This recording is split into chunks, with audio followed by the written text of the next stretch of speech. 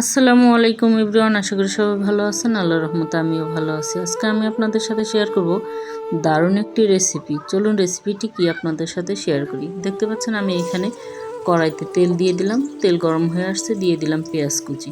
আমি পেঁয়াজ কুচিটা একটু লাল লাল করে ভেজে নিচ্ছি।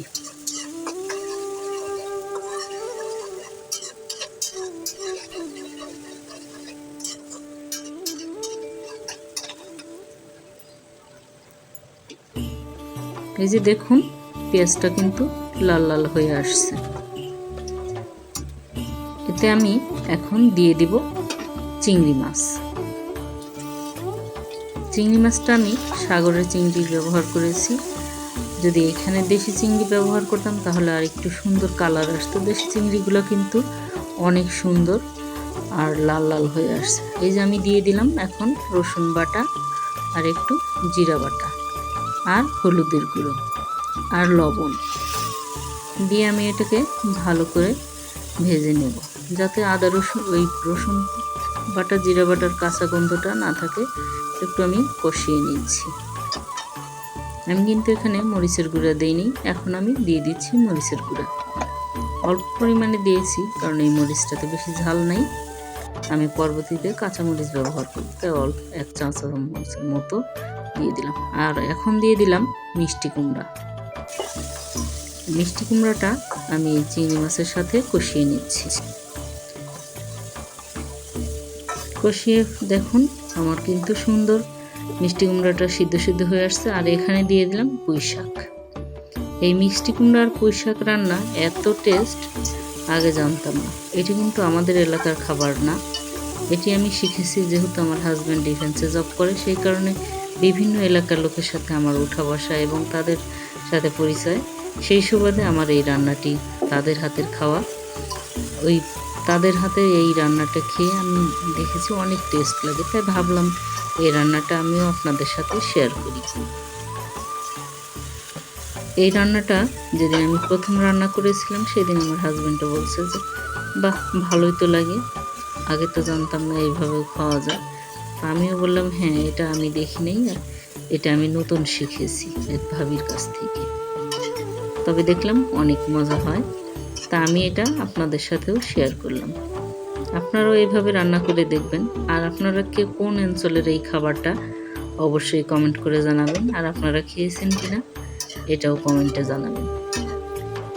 আরও যদি আপনাদের আরও নতুন নতুন কোনো রেসিপি থাকে তাহলে অবশ্যই রেসিপিটি শেয়ার করবেন, আমি আপনাদের রেসিপিতে ভিডিও দেওয়ার চেষ্টা করব।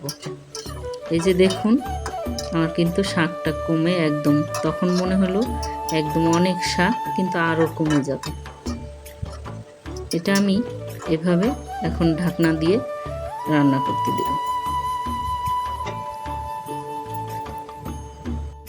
কিছুক্ষণ পরে আবারও ঢাকনা তুলে আমি একটু নেড়েচেড়ে দিয়ে কষিয়ে নিচ্ছি।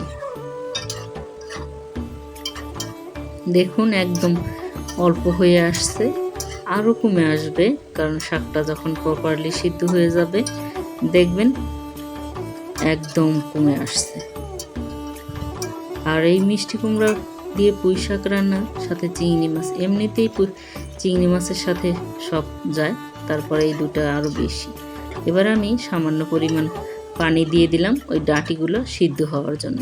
এর আগে কিন্তু আমি পানি ইউজ করি নাই, এখনই দিয়ে দিলাম অল্প একটু পানি, শুধু এই ডাঁটিগুলো সিদ্ধ হবে। আমি বেশি ঝোল রাখবো না, এই কারণেই অল্প একটু দিয়েছি। আর যদি কেউ ঝোল ঝোল পছন্দ করেন আর একটু পানি বাড়িয়ে দিতে পারেন। আপনারা কে কোথা থেকে আমার এই ভিডিওটি দেখছেন কমেন্ট করে জানাবেন, এবং ভিডিওটি ভালো লাগলে লাইক শেয়ার কমেন্ট করবেন। দিয়ে দিলাম এবার কয়েকটা কাঁচামরিচ। কাঁচামরিচটা আমি লাস্টে দেওয়াতে এই কাঁচামরিচের বিচিগুলো তরকারিতে ছড়াবে না, সুন্দর একটা অ্যারোমা হবে, কাঁচামরিচের সেন্ট বের হবে, ঝালটাও কম লাগবে, তাই আমি লাস্টে দেওয়ার চেষ্টা করি। আর একটু ঢেকে দিয়ে আমি রান্না করে নিচ্ছি। দেখুন ঝোলটা কিন্তু শুকিয়ে আসছে। এখন আমি এতে দিয়ে দিব ভাজা জিরার গুঁড়া। জিরাটা আমি ভেজে গুঁড়ো করে নিয়েছি। এই ভিডিওটি ভালো লাগলে অবশ্যই শেয়ার করবেন, আপনাদের শেয়ারের মাধ্যমে আমি এগিয়ে যেতে চাই। আর ইউটিউব থেকে দেখলে সাবস্ক্রাইব করবেন, পেজ থেকে দেখলে অবশ্যই ফলো দিবেন, যাতে আমার পরবর্তী ভিডিওর নোটিফিকেশন আপনাদের মোবাইলে প্রথমে আসে। আর রান্নাটি কেমন হলো অবশ্যই কমেন্টের মাধ্যমে জানাবেন। দেখুন আমার রান্না কিন্তু ডান হয়ে গেছে, কি সুন্দর কালার। ধন্যবাদ সবাইকে ভিডিওটি দেখার জন্য। Thanks for watching. আল্লাহ হাফেজ।